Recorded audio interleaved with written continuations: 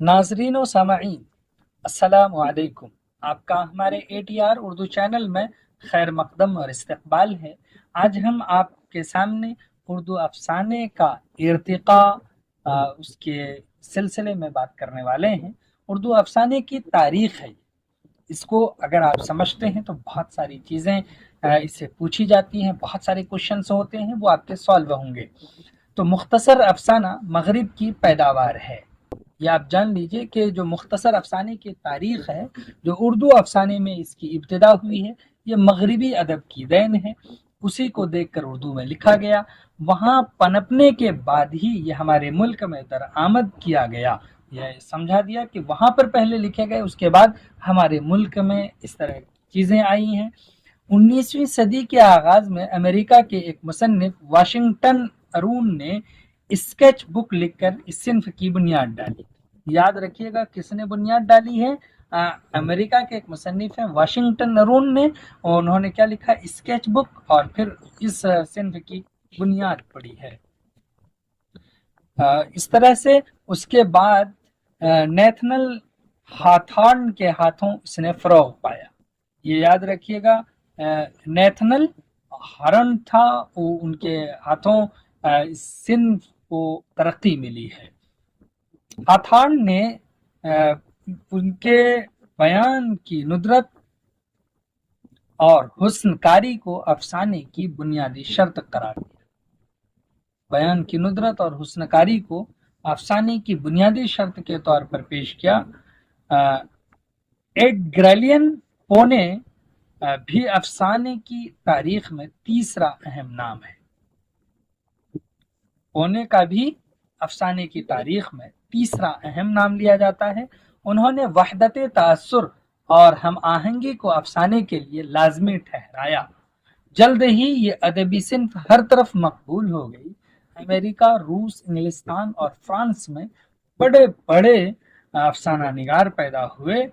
ان میں ڈکنس، اسٹونسن، اسی طرح سے اناتول فرانس اور martial Proust, Gorky, Chekhov, Mupasa نے عالمگیر شہرت پائی ہے۔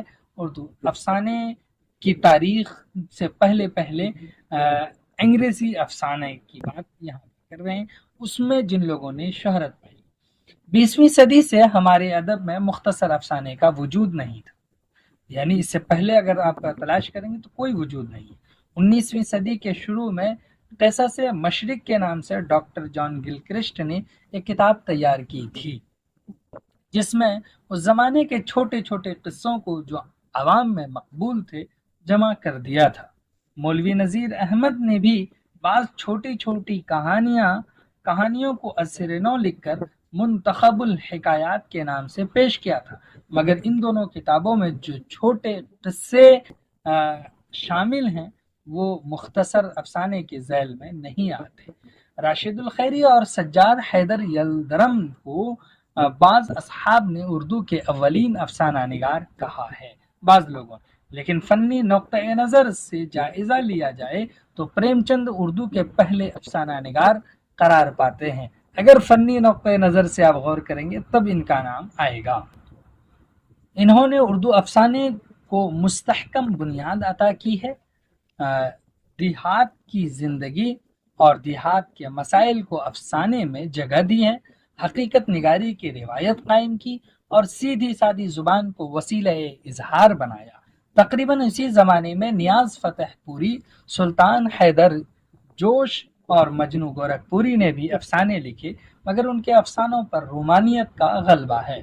کچھ دنوں تو یہ رومانی افسانے مقبول رہے، لیکن جلد ہی یہ اپنی تاثیر کھو بیٹھے۔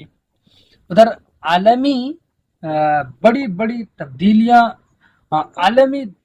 تبدیلیاں رونما ہوئیں۔ روس کے ادیب و شاعر اب اپنے قلم سے محنت کشوں اور مظلوموں کی حمایت کرنا چاہتے تھے۔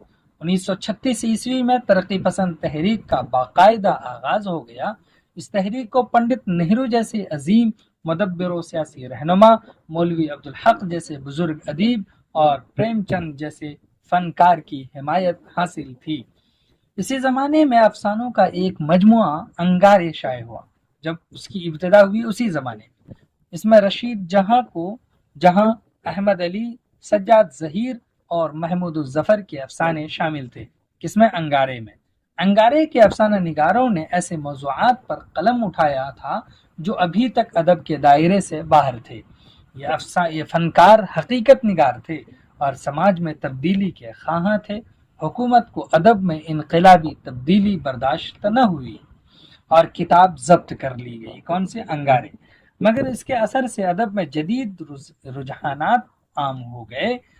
روسی اور فرانسیسی افسانہ نگاروں، بالخصوص چیخوف، ترگنیف، موپاساں اور فلابیر کی تخلیقات میں دلچسپی پیدا ہوئی۔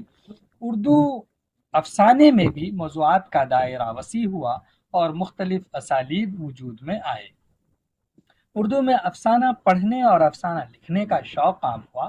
کرشن چندر، راجندر سنگھ بیدی، سعادت حسن منٹو، عصمت چغتائی، احمد ندیم قاسمی، ممتاز مفتی، حسن عسکری اور غلام عباس نے بعض معرکت العرا افسانے لکھے۔ پھر افسانہ نگاروں کی دوسری نسل نے میدان میں قدم رکھا۔ ان میں قرۃ العین حیدر، انتظار حسین، حاجرہ مسرور اور خدیجہ مستور نے بہت شہرت پائی۔ کرشن چندر نے اپنے افسانوں سے ترقی پسندی اور اشتراکیت کو فروغ دیا۔ انہوں نے اردو افسانے کو ایک دلکش اسلوب سے آشنا کیا۔ بیدی نے چھوٹے چھوٹے موضوعات پر نفسیاتی افسانے لکھے۔ منٹو اور عصمت نے بے رحم حقیقت نگاری سے کام لیا اور جنسی موضوعات پر قیامت بپا کرنے والے افسانے لکھے۔ 1947 عیسوی میں ہندوستان اس طرح آزاد ہوا کہ ایک ملک کے دو ٹکڑے ہو گئے۔ نئی سرحد کے دونوں طرف خونی فسادات ہوئے، لاکھوں بے گناہ برباد ہو گئے۔ اس حادثے نے افسانہ نگاروں کو جھنجھوڑ کے رکھ دیا۔ اس حادثے پر کرشن چندر نے ہم وحشی ہیں، حیات اللہ انصاری نے شکستہ کنگورے، منٹو نے توبہ ٹیکسیں، عصمت نے جڑیں، انتظار حسین نے اجودھیا، قرۃ العین حیدر نے جلاوطن جیسے افسانے لکھے۔ ان حالات نے افسانہ نگار کو باہر کی دنیا سے بددل کر دیا۔ وہ اپنی ذات کے اندر سمٹ کے رہ گیا۔ کھلے لفظوں میں اظہار بھی اب مشکل ہو گیا۔ اس لیے علامتی اور تجریدی افسانے وجود میں آئے۔ تقسیم وطن کے بعد جن افسانہ نگاروں نے شہرت پائی ان میں قاضی عبدالستار، غیاث احمد گدی، جوگیندر پال، اقبال متین، بلراج مینرا اور انور عظیم، اقبال مجید، سریندر پرکاش، انور سجاد، خالدہ حسین، احمد مہیش رتن سنگھ، کمار پاشی، قمر احسن، حسین الحق، شوکت حیات، شفیق مرزا، حامد بیگ، سید اشرف اور طارق جھتاری وغیرہ مشہور قلمکار ہیں۔ ان لوگوں کے افسانے بڑے شوق سے آج بھی پڑھے جاتے ہیں۔ تو اس طرح سے آپ نے ابھی تک جو پڑھا ہے وہ اردو افسانے کی ارتقاء اور اس کے ابتدا سے انتہا تک اور آج یعنی موجودہ حال تک جو افسانے لکھے گئے ہیں اس کے بارے میں آپ نے جانا۔ امید کہ اس ویڈیو سے آپ کو بہت فائدہ ملا ہوگا، اور آپ اس کو لائک کیجئے، شیئر کیجئے، دوسروں تک پہنچائیے، چینل کو سبسکرائب ضرور کیجئے۔ پھر ہم آپ سے ملتے ہیں، تب تک کے لیے خدا حافظ، السلام علیکم۔